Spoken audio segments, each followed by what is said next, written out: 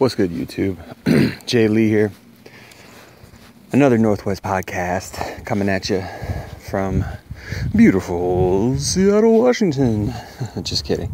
It's not the most beautiful thing here. It rains all the time. And the weather's shitty, but every once in a while, it's weird because it's almost like every couple years we'll have there's a beautiful feeling in the air.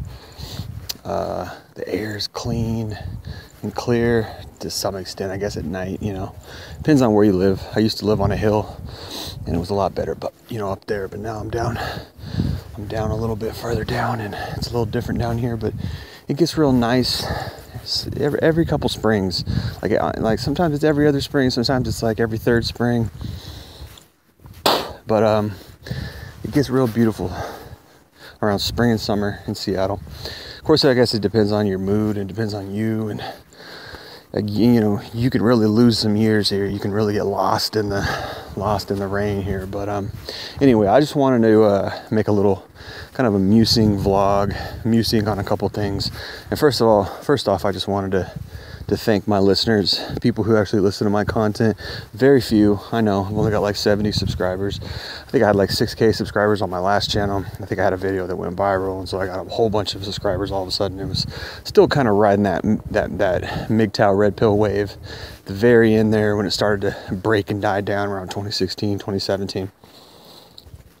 But then my channel got pulled because I was trying to do too much, and I had some videos up there that I didn't have copywritten, and my channel got pulled. But I appreciate you guys who do follow me and who do listen to my content. Really, this is just strictly red pill content, strictly, kind of purple pill MGTOW content. It's really all I do, really all I talk about. But I appreciate you guys who do listen and find me interesting, and I thank you guys for interacting with me and things like that. And you guys are brilliant.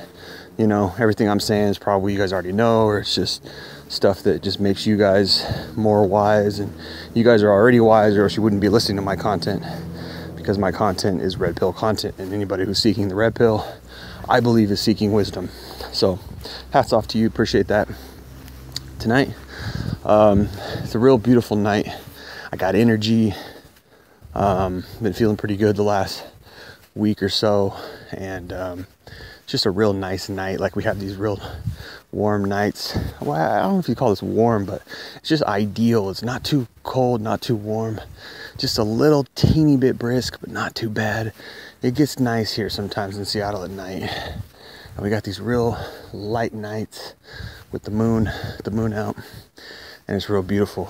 But I haven't liked Seattle much at all in my life. Really, I have not liked Seattle. I've not been a big fan of Seattle.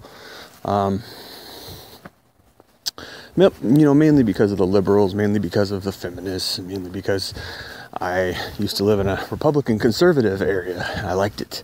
I lean that way.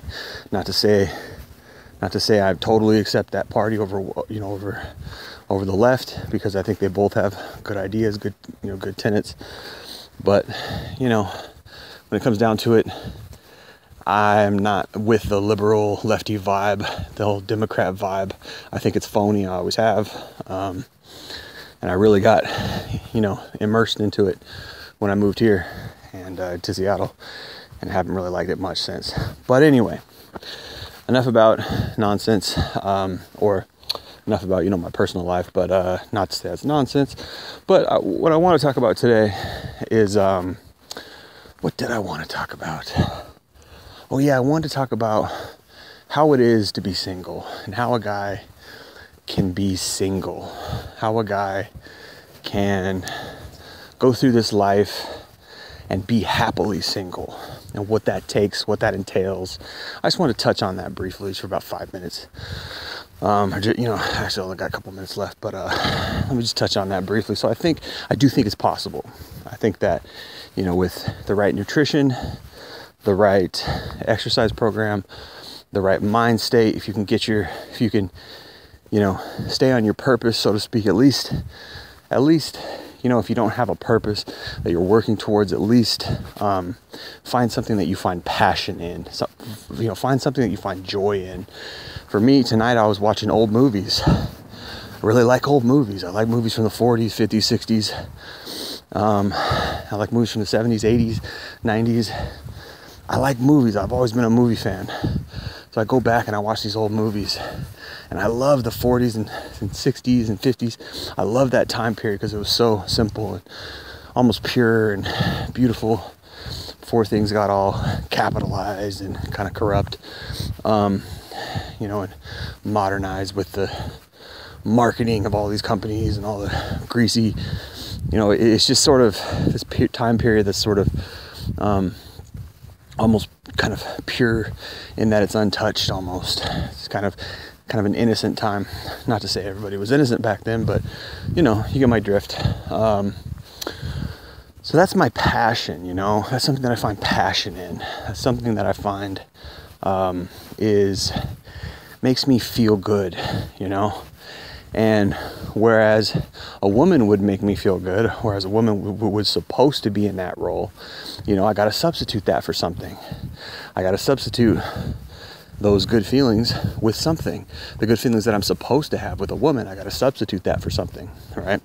So whether it's music, whether it's personal hobbies, personal pursuits, whether you're collecting something, whether you're attaining personal goals, breaking a personal record, or just simply enjoying old movies like I do, you got to find something to replace that, or else you're just going to be miserable.